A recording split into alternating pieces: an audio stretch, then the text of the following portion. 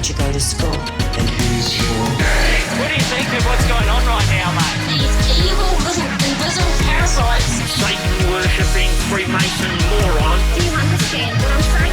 We're not run by factions. Get the fuck out of camera! There are much more powerful international forces in play. Is this pink guy? Is this what pink guy is? I don't fucking know what's happening. Please go outside and look at the moon quickly. It's been crazy, guys, but guess what? It's how it is, mate. Mate, because I want to do you slowly. Well, I ain't spending any time on it. Well, g'day, patrons, and welcome to Black Label episode. Oh, we've got a number here. It's 69, Joel. Yeah, I see after Is that right? I don't think it is right. I think you're having one of those dinner for two games. It's all a bit nudge, nudge, wink, wink. Yeah, I think it's like Black Label, something really lower, but I know you do that shit joke, so I thought I'd just fuck you on that one. Yeah. Well, you've been pulled up for it and humiliated. But also, 69, dinner for two. Dinner for two. That's our cricket score. What's the score? Dinner for two. Yeah. 3 for dinner for two. Look, we just wanted to say thank you for bearing with us. We've been a little bit shy with Black Label episodes. We've had one or two travails, haven't we, Joel? But we'll be back making them regularly on a sort of fortnightly basis. That's our plan. Yeah, you're going to try and with kick the other fortnight things. or with the other week of the fortnight when we get the conditional release program out. And we've sort of already committed to the conditional release program being about Julian Assange. Yeah, I think so. I think certainly he will play a big part in the conditional release programs next episode. But we're also going to have a bit of a chat about him now, Joel.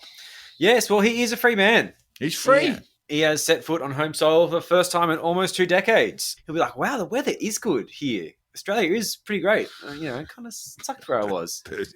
Anything's going to be better than Belmarsh. He wasn't in Ecuador. He was at the Ecuadorian embassy. It's still in fucking Raintown.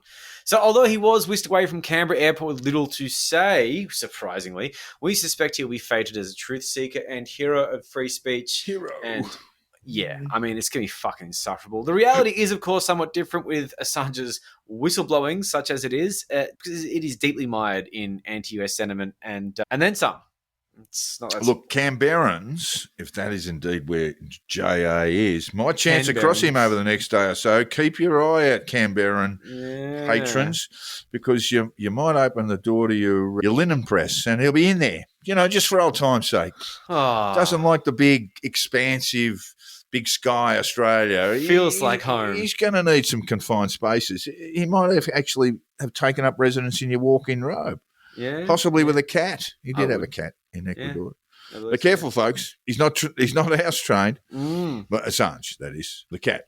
The cat's pretty good with the litter box. Hopefully, we can get Assange to identify as a cat, and then he'll use the litter box. Well, that was Kathy Lett's description of him. Kathy Lett, of course, was married to Jeffrey Robertson, the human rights lawyer, and she and he hosted Julian Assange around the time of the Swedish matter, which we'll get into shortly. And she declared that he was not house trained. That's what happens when you grow up in a cult. Yes, we should mention that more in this episode. I don't think we have a prompt for that in the he was a member of the family, which is a Victorian cult. And among other things, they insist in order to grow your numbers that you do not use contraception, which again... they insist, not incest. What did I say? You said incest, and I thought... I'm sorry, I mispronounced. But no, they teach their followers not to use contraception, particularly males, not to use condoms. And that is something that landed him in a bit of strife in Sweden. Yeah, well, allegedly. Well, yeah. Anyway. Yes. Yeah, so look, Assange's battle for transparency in government is largely limited to the exposure of US government excesses and outrages, of course, wars and blah, blah, blah. And while somewhat suspiciously maintaining a softly approach on some of the world's worst autocracies, not that there's any lack of them. Yeah, there's no shortage of them around the world. No shortage of choice. Look, his release from from looking down the barrel of 170 years in a U.S. federal prison With like electrodes attached to your balls. I mean, like, it wouldn't have been nice. It's a victory for quiet diplomacy. I think the Albanese government deserve a bit of credit, Fuck regardless of what people think of Julian Assange. Yeah. He spent 5 years in Belmarsh, Actual prison, yes. and 7 years in at the Ecuadorian embassy. I mean, all of that is of his own making. And his previous charge, of course, because he could have just gone to Sweden and been interviewed by police there. Yeah, but would that have resulted in him getting fucked off to the US? Well, he said so. I don't disagree. The Swedes have very close diplomatic relationships with the United States, but the circumstances under which he didn't appear are sort of worth looking at a little bit. But give us the background, Joe. Yeah, so I don't necessarily see it as being a straight up and down thing, but I do see his side of it, you know. So look, let's go back to 2010, where the Stockholm District Court ordered his arrest for rape, unlawful coercion, and 3 counts of sexual molestation. And that was a lot to do with the taking off of the condom, right? The stealthing. Stealthing, that's what the kids call it. Yeah. And a European arrest warrant was issued, which was promptly completed in London, I believe. And in 2012, the UK Supreme Court found that Assange should be extradited to Sweden, but Assange fled to the Ecuadorian embassy instead and remained there for almost 8 years, as we all know, before he wore out his welcome and was dispatched to Belmarsh prison for violating said parole. Yeah, flight risk. He sure as hell was. Yeah, Proven. Going back to that 2010 date, he had made an appointment to basically be interviewed by police in regard to the rape, unlawful coercion, and 3 counts of sexual molestation. It wasn't a criminal charge. He was under the Swedish system. He was going to be arrested and interviewed by police. So he'd made an appointment to see them, and then decided that he wasn't going to go. Very early days, this is, and not a lot of American fury directed at him at that stage. So, yeah, I mean, I'm sure the question will be put to him at some point. One of the women alleged that he basically had sexual intercourse with her while she was asleep. That's not great. That's not consent either. Yeah. And that's where we get the sexual molestation counts. Yeah. It's a very, very tricky sort of thing. I will disclose, had sex in my sleep. And once with yourself, it must be said. Oh, of course. But I woke up and my partner at the time, this is years ago, was like, "Oh wow, last night you were fucking hectic." And I'm like, "What? What are you talking about?" It's like, "Wow, that was really intense." And I'm like, "I have no idea what you're talking about." She's like, "We had sex." I'm like, "What?" And she wasn't like a liar or a bullshit artist. She was dead set. And I'm like, "Are you sure?" You're a stud, mate. You're a stud. And she's just like, it was, but apparently and this isn't the best thing. Apparently I was very dominating in my sleep, which I'm really not that kind of guy. So yeah, she was kind of into it. So that was great. But really weird experience. So once I had that experience where I was just like, wow, I've had sex with myself. I'm like, oh my God, what am I capable? I could Roseanne fucking bar this shit and start saying real weird stuff, and hopefully no one's fucking recording it. God knows what you're capable of. A little bit of scope. Gave Jules a little bit of a scope. So 2010, when he's due to be interviewed, this is well before the release of the Iraq material, for example. Yeah, anyway, for whatever reason, he failed to attend, and then he fought in the courts to avoid extradition to Sweden.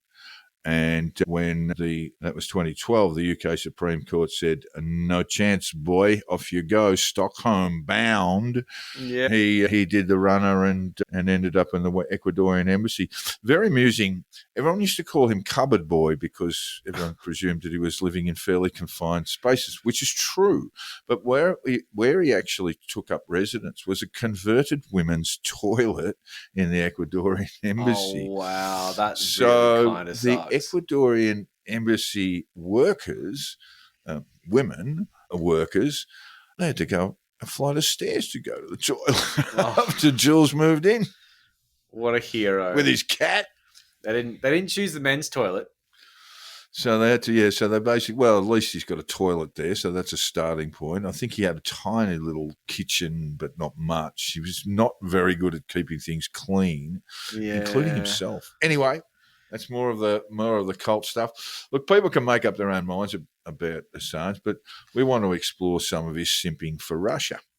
Yeah, so during his period in the embassy, Assange brooded that the Kremlin was a bulwark against Western imperialism. These Western horrible people. But thankfully, the Kremlin's okay. I know. It'll keep them honest. It's like, I don't want to cheerlead for like the greater imperial West, but then when you put like the Kremlin aside, I'm like, oh, come on. No.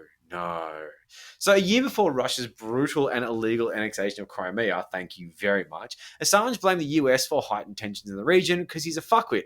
He accused the Americans of trying to draw Ukraine into the Western orbit to pluck it out of Russia's sphere of influence. Well, yeah, cool. I don't see the issue there, but that's fine. After the annexation of Crimea, he said Washington and its intelligence allied had annexed the whole world through global surveillance. Didn't answer that question directly about the annexation of Korea. No condemnation of Russia. That's because the America's done the rest of the world. Yeah, and honestly, this is how I used to sound when I was 17. And I have no remorse for that because I had a very basic grasp on the world. And, I don't sit here and look at myself as a 17-year-old and condemn myself in no uncertain terms for using such silly polemic language and not understanding the finer fucking points of, international affairs. But at the same time, I was 17.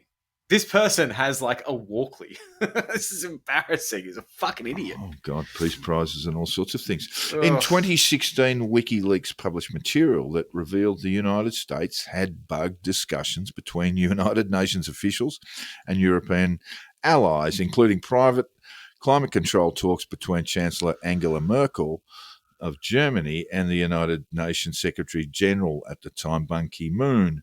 The revelation came with a view that the recordings had been lifted from the US National Security Agency by another so-called whistleblower, Edward Snowden. Him. Journalists given direct access to all of Snowden's material, however, would later confirm the bugging of Merkel and Ban Ki-moon was not part of Snowden's... part of the dump.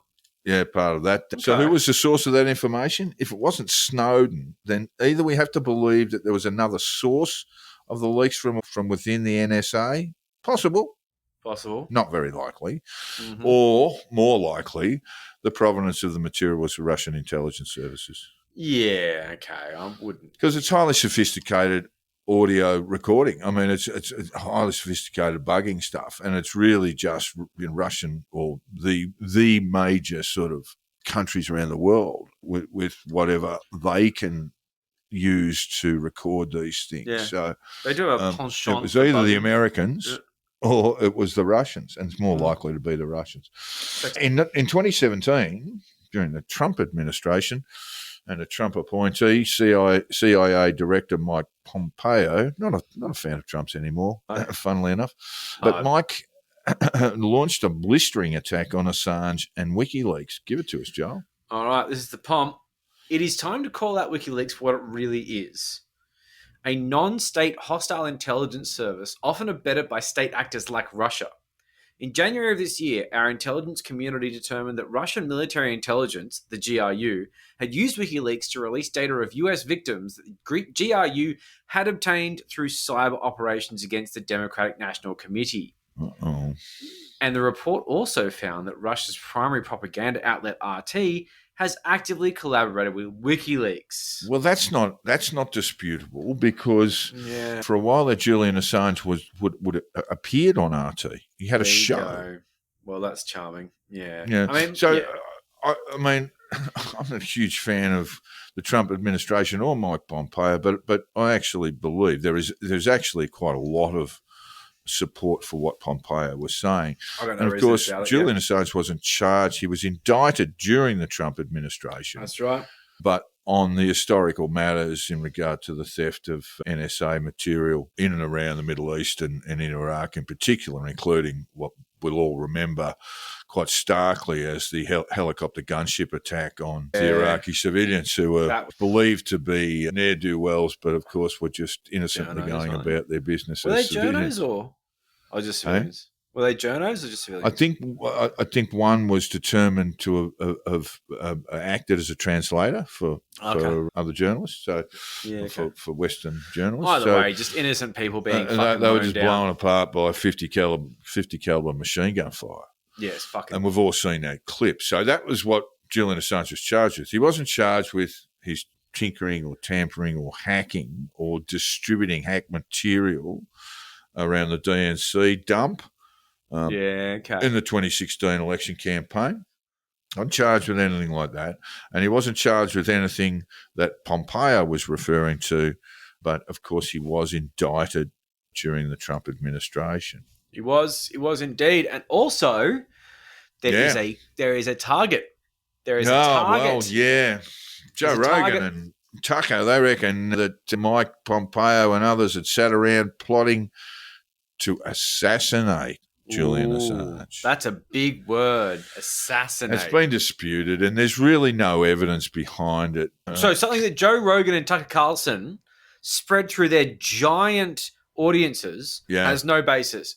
Are you serious? That is an outrage. No basis whatsoever. They had Tell Paul Barry this, and he'll be outraged. We'll see them on Media Watch on Monday, for sure. If there had been a discussion within the agency at Langley, it would have been, this guy's really not worth it. I mean, to actually, it is illegal for a United States government to assassinate, to order the assassination of political figures around the world. The most famous, I guess, is Fidel Castro. It's one of those things honoured in the breach, but as far as we can tell, they haven't done it for a while.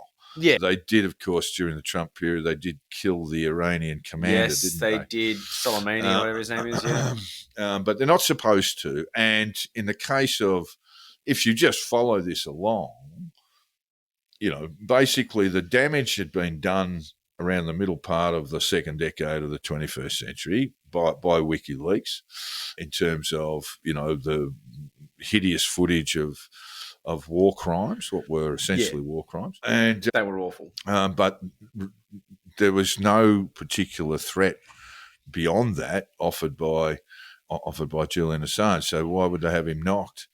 I mean, why would they have him knocked in Belmarsh? Food will kill you. 8 years of food will kill you. Yeah, there's unlimited amounts of time. But the thing is, the full English breakfast at Belmarsh leaves a lot to be desired. I can only fucking imagine. The blood pudding is from your cellmate. But it's just, if they wanted him dead, he'd be dead. It's that classic thing of similar thing of anyone who's in an extremely dominant position of power. Yeah, it's a bold thing to do because the Russians have been doing it for a long time. There have been a lot of assassinations in the UK, in London. They turned throwing someone out of a window into a meme. And it causes considerable concern, even if they go, no, there's nothing to do with us. All of a sudden there's tit-for-tat diplomacy. They do it left, right, and fucking embassies are stripped of staff, sent home, and these sorts of things. So it's a bold thing to do, and you've got to ask yourself, well, what would be the benefit? And, of course, we know that didn't happen because Julian Assange landed in Canberra yesterday. Well, and he was you walking. Say it's Julian Assange, but is it actually a body double? Or we'll get to some cooker stuff later, fairly soon. Yeah. But, of course, one regime does kill its political opponents. And in February, Russia's opposition leader, Alexei Navalny, was killed while serving a 19-year prison sentence in a Russian prison near the village of Karp in the Russian Arctic. Assange's wife, Stella, saw the parallels. Julian is a political prisoner and his life is at risk. What happened to Navalny can happen to Julian, she told reporters outside court where a large crowd was demanding Assange's release. 4 months later, now, and the obvious difference between the two men, as well as the two countries, the US and Russia, is that Assange is alive and free to do as he pleases in Australia, courtesy of the US, while Navalny was almost certainly murdered in one of Russia's most awful prisons. So the parallel doesn't really stand up.